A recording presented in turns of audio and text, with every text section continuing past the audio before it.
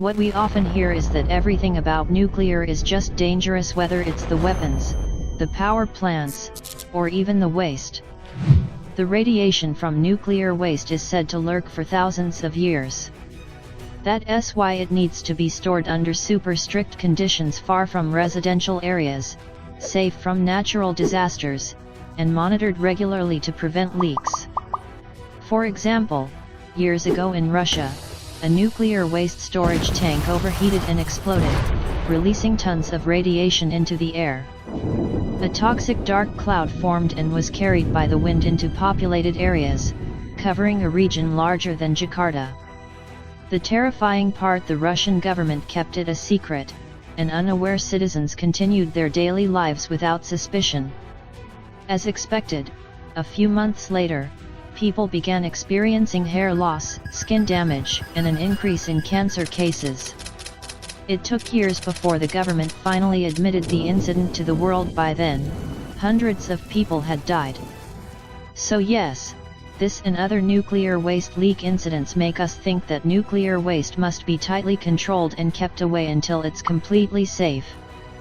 But what if nuclear waste isn't as terrifying as we've always believed? What if there's a way to turn this so-called nightmare into something useful for us? Turns out, we can recycle nuclear waste and make it safer. To understand this better, we need to know that nuclear waste is dangerous because it's radioactive. It contains unstable atoms.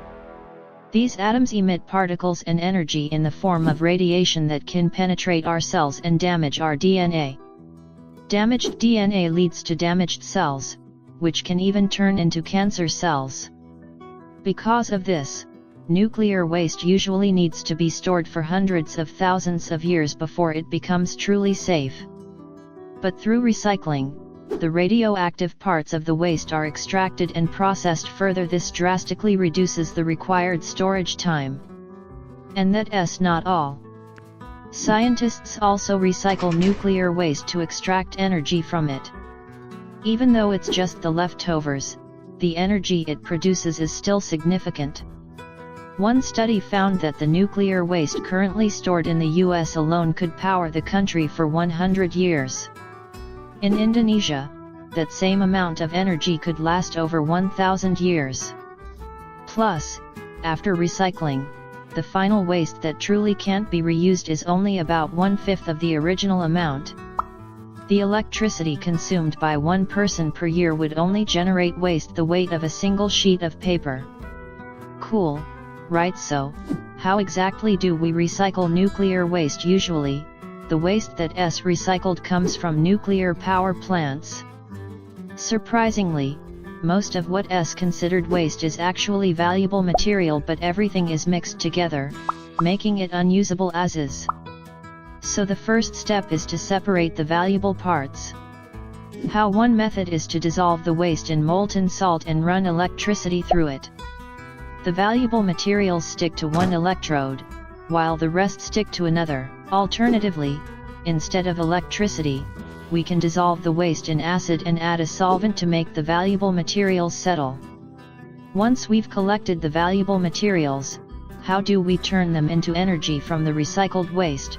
One of the key energy materials we get is uranium. This can be used as a fuel source. Usually, there are two types of uranium found in waste. Some reactors can use both types, while others can only use one. If we're using a specific reactor, we might need to convert the uranium into gas first. But how does uranium generate energy? Let's zoom in. This is a uranium atom. Its nucleus is like the heart of the atom. If the atom is the size of a soccer field, the nucleus is only as big as a grain of sand. We can split the nucleus by bombarding it with particles traveling at tens of thousands of kilometers per second. Imagine the atom is like a bowling ball being shot with a bullet. It breaks apart. When it breaks, it releases neutrons that go on to break more atoms, and more, and more.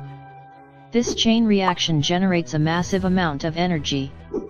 Just 1 gram of uranium can generate enough electricity to power a house in Indonesia for 2 years. To do the same with coal, you'd need 3 tons. And the best part, nuclear waste can be recycled not just once or twice, but up to 5 times. So, if this can really be done, the energy production process in nuclear plants could look like this: uranium is mined, turned into energy, and the waste is recycled multiple times. Only the final unusable waste is stored in special tanks buried deep underground now, with a much shorter required storage time. But can this actually be done, or is it just theory? Turns out, several countries are already trying. For example, in the US, some labs claim they've had nuclear recycling technology for decades. They've developed advanced reactors that can process nuclear waste. Other labs make similar claims, but face problems. First, funding. It's actually cheaper to buy new uranium than to extract it from waste. Recycling costs nearly twice as much. It's expensive, and the process is also more complicated. Second, there are concerns about security. Recycling nuclear waste can also produce atoms used in nuclear bombs. Many fear that bad actors could gain access and use the recycled materials for weapons. Even so, the US government recently launched a program allocating tens of millions of dollars to develop cheaper, more advanced recycling technologies. And what about France? They've already succeeded. There's a company in France with several facilities for processing nuclear waste, separate from their power plants. Some of the electricity used in French homes already comes from recycled nuclear waste. If you have 10 lights at home, at least one may be powered by recycled nuclear energy. Even though the process isn't cheap, the French government fully supports it, making France a leader in nuclear recycling, followed by other countries. So, the US is trying, France is leading, but what about our beloved country? While other countries are figuring out how to manage nuclear waste, Indonesia doesn't even have a nuclear power plant.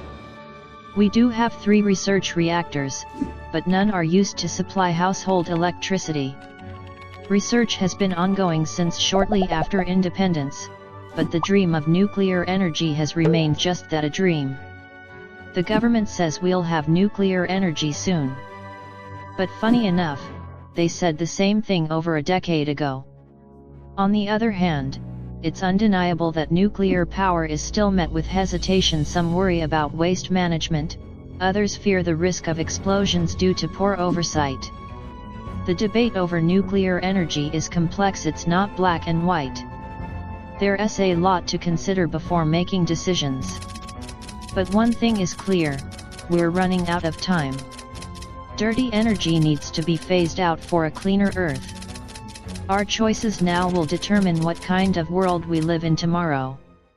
And as always, thank you.